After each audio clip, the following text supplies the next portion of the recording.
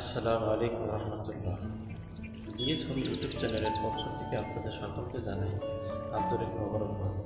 আমি ডাক্তার ইমাম ফেরদৌস। প্রতিদিনের মতো আলোচনা আসলাম আপনাদের মাঝে নতুন একটি বিষয় নিয়ে, নতুন একটি ভিডিও নিয়ে। আজকে আলোচনা করব হাড় ক্ষয় সম্পর্কে।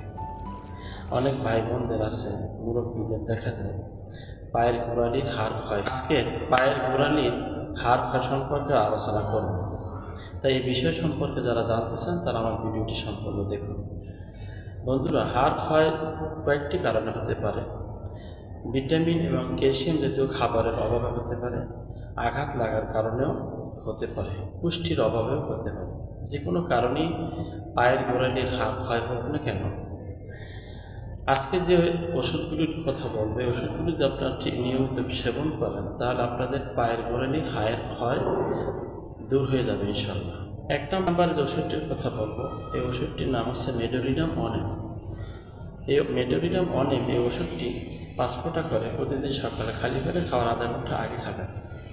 দ্বিতীয় নাম্বার যে ওষুধটির কথা বলবো সেটি হচ্ছে অ্যামোনিমিউর 30 15 ফোঁটা 3 বার খাবার আধা ঘন্টা আগে খাবেন। ছোটরা 10 ফোঁটা খাবেন, খাবার আধা ঘন্টা আগে খাবেন, কুসুম গরম পানির সাথে খাবেন।